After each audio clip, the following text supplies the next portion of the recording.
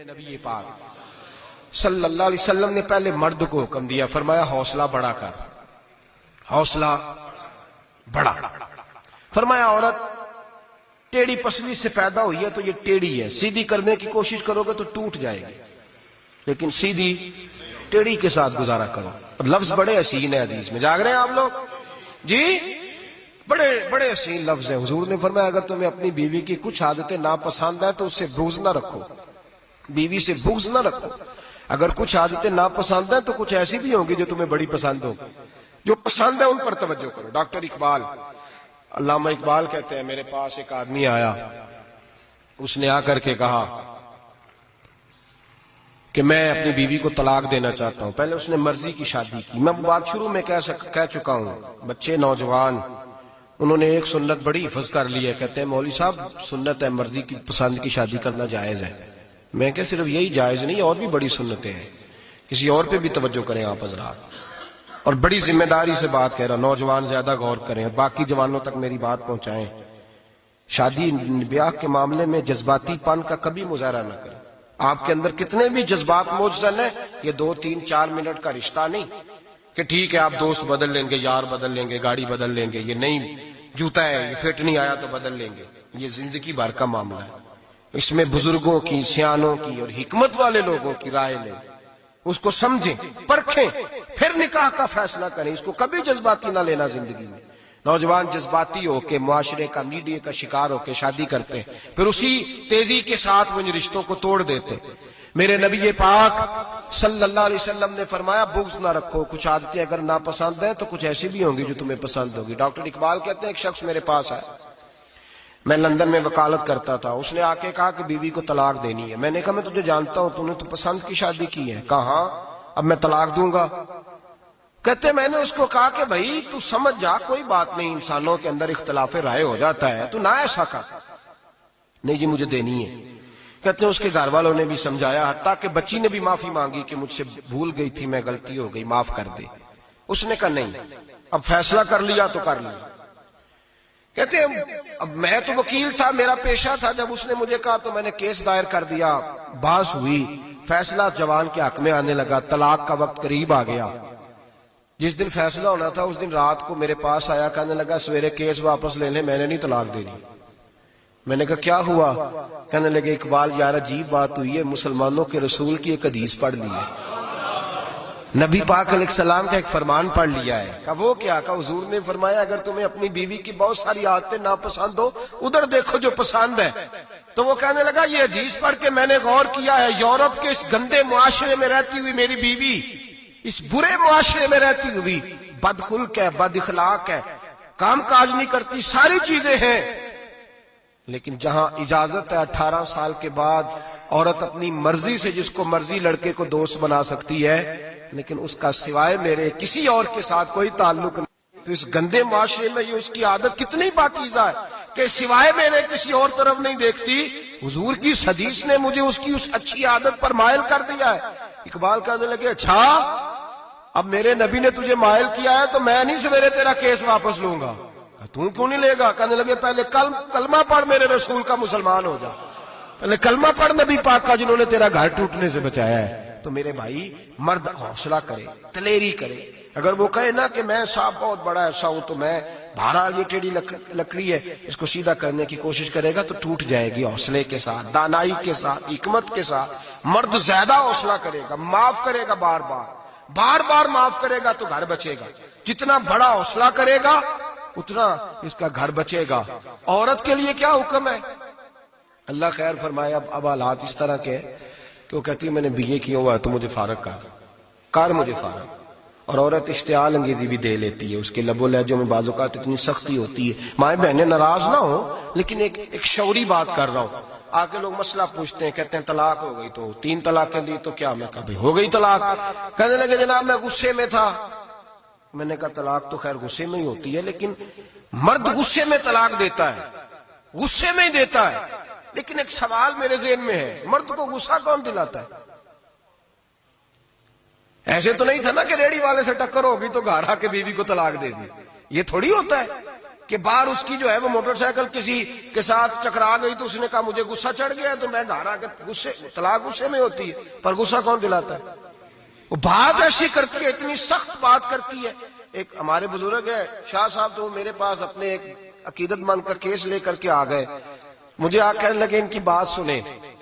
میں نے کہا یار تیرے 6 بچے، اور آپ یقین کریں میری آنکھوں میں آنسو ان بچوں کو دیکھ، اتنے خوبصورت بچے. تو میں نے کہا کہ کیوں تو نے طلاق دی؟ کہنے لگا اس نے کوئی 1 دفعہ نہیں 100 دفعہ مانگی ہے. اور کل تو اس نے جملہ اس طرح کا، جب طلاق ہوئی تو اس دن اس نے جملہ اتنا سے، اس نے مجھے کہا اگر باپ کا ہے تو دے طلاق. اب لوگ بھی 100 کھڑے تھے تو میری غیرت کا مسئلہ بن گیا. تو اشتعال کون دلاتا ہے؟ اب سنیں ترمذی کی حدیث. میرے نبی کریم سید عالم صلی اللہ علیہ وسلم نے فرمایا 500 سال لگیں گے جنت میں جانے میں. اتنی دور بندہ ہوگا کہ 500 سال کا سفر ہے، اتنی پہلے جنت کی خوشبو آنے لگ جائے گی. ترمذی میں میرے نبی پاک نے فرمایا جس بی بی نے زندگی میں 1 مرتبہ بھی اپنے خاوند سے بغیر شرعی وجہ کے، شرعی وجہ کہ بد مذہب ہو گیا، بد عقیدہ ہو گیا، اس کے مزاج میں کردار میں گندگی آ گئی، بغیر وجہ شرعی کے اگر کسی عورت نے زندگی میں 1 مرتبہ بھی اپنے خاوند سے طلاق کا مطالبہ کیا تو اللہ اس بی بی کو جنت کی خوشبو بھی نہیں دے گا. 1 مرتبہ بھی. اور جو روز کہے دن میں 6 مرتبہ کار فارغ 6 معنی دار. یہ حدیث رٹائیں عورتوں کو، انہیں سمجھائیں کہ گھر ٹوٹ جائے گا جس دن اس نے دے دی. اور یاد رکھیں شیر آ گیا، کسی نہ کسی دن شیر آ بھی جاتا ہے. تو یہ نہ سمجھے کہ روز حوصلہ کرتا ہے تو خدا جانے کیا بنے گا. کسی نہ کسی دن شیر بس الشیطان جاسم علی قلب ابن آدم، شیطان چمٹے گھر ٹوٹتا ہے. اس لیے کہ نہ مرد حوصلہ کرتا ہے نہ عورت حوصلہ کرتی. تھوڑا سا حوصلہ پیدا کریں. اور ہاں بیوی اگر کبھی کسی ایسی بات پر بات کرے یا اس کا مزاج ایسا ہو، تلخ ہو، صبر کرے، حوصلہ کرے. میرے نبی پاک علیہ السلام نے فرمایا بغض نہ رکھے، حوصلہ کرے. مرد کو حکم ہے حوصلہ کرے، دلیری پیدا کرے. ہاں اس کی ایسی بدتمیزی، ایسی گستاخی جو حقوق و فرائض کے معاملے ہو، ماں باپ کے حق میں ہو، کوئی ایسے مسائل ہو مقدس لوگوں کے حق میں ہو، تو پھر اس کو، وہ تو ایک صحابی کی بیوی نے حضور علیہ السلام کے بارے میں نازیبا کلمات کہے تھے تو انہیں قتل ہی کر دیا تھا. اس وقت قتل ہی کر دیا. وہ معاملہ اور ہے، لیکن اگر اس کے مزاج میں تیزی ہے، اس کی طبیعت اس طرح کی ہے تو پھر مرد برداشت کرے. امیر المومنین سیدنا فاروق اعظم صحابہ میں سب سے زیادہ تگڑا اور اصول پسند آدمی، غصے کے لحاظ سے سب سے تگڑے ہیں، جلدی غصہ آتا. ایک شخص کہتا ہے میری بھارے تگڑے قبیلے میں شادی ہو گئی، بیوی میری بڑی سخت تھی، اس کے لب و لہجے میں بڑی سختی تھی. وہ قبیلہ بڑا مالدار تھا تو میں بات نہیں کرتا تھا. ایک دن میری بیوی نے بڑے سخت جملے کہے تو میں جناب عمر کے پاس آ گیا. توجہ ہے آپ دوستوں کی؟ کہتے ہیں حضرت عمر کے پاس آیا تو میں نے دروازے پہ دستک دی، بیوی کی شکایت کرنے آیا کہ ذرا مہربانی کریں. تو کہتے ہیں جناب عمر اندر سے اٹھے تو ان کی زوجہ بولنے لگی، کہنے لگی بس آ گیا آپ کو کوئی بلانے والا؟ ابھی 5 منٹ نہیں ہوئے تھے آپ کو آئے. سارا دن آپ مسجد میں رہتے ہیں، ساری رات آپ چہرے پہ نقاب ڈال کے گلیوں میں گھومتے ہیں، اتنی ڈیوٹی آپ کرتے ہیں، گھر یہ میرا اکیلی کا ہے، بچے میری تنہا کے، آپ کو کچھ خیال ہونا چاہیے، کچھ توجہ کریں. وہ شخص کہتا ہے وہ بی بی بولتی رہی اور جناب عمر ہنستے رہے، اور ان کی مسکراہٹ بھی میں سن رہا تھا. جب آپ بہت زیادہ مسکرائے نا تو وہ بھی مسکرانے لگی، زوجہ بھی مسکرانے لگی اور کہنے لگی اب کیا کہتے ہو؟ تو جناب عمر کہنے لگے کیا یہ رہا ہوں کہ اگر تیری بات ختم ہو گئی ہے تو میں جاؤں، اور اگر ہے تو میں کھڑا ہوتا ہوں، سنا لے کوئی اور بھی ہے تو. یہ بات کہہ کے باہر آئے نا جناب سیدنا عمر فاروق، تو وہ شخص کھڑا تھا. آپ نے فرمایا کیسے آئے ہو؟ کہنے لگا حضرت جی میری ایڈی تو نہیں ڈاڈی، میں تو آیا تھا اپنی بات کرنے، تو یہ تو لفظ زیادہ سخت ہے، وہ اتنی سخت نہیں ہے جتنی یہ ہے، تو ذرا قبیلہ سخت ہے تو میں شکایت کرنے آیا تھا. تو یہ تو آپ کا معاملہ بھی اسی طرح کا. جناب عمر کا جو جواب ہے بڑا قیمتی ہے. آپ نے فرمایا میری بیوی میری ہر طرح کی خدمت کرتی. لفظوں کا حسن دیکھیے، ایسے نہیں کہ بیوی کوئی کام بھی نہ کرے اور مفت کی چڑھائی کرے، وہ بھی درست نہیں ہے. فرمایا میری بیوی میری ہر طرح کی خدمت کرتی ہے، میں گھر نہیں ہوتا تو میرے بستر کو پاک رکھتی ہے، کسی کی ضرورت نہیں میرے بستر کو دیکھ بھی جائے.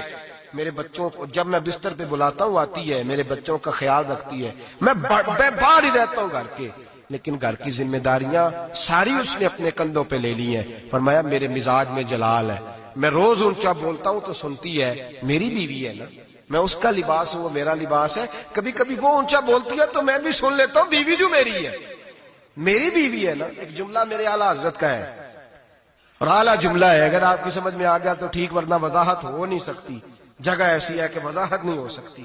اعلیٰ حضرت فرماتے ہیں جب میاں بیوی ہوتے ہیں، اس رشتے میں کوئی ان کے پاس وہ کسی کے سامنے نہیں ہوتے، عجیب معاملہ ہے کہ جب جھگڑا کرتے ہیں تو ساری دنیا کو بتاتے ہیں، لڑائی کرتے ہیں تو ساری دنیا کو شامل کر لیتے ہیں، جب تو میاں بیوی تھا تو کوئی شامل نہیں تھا۔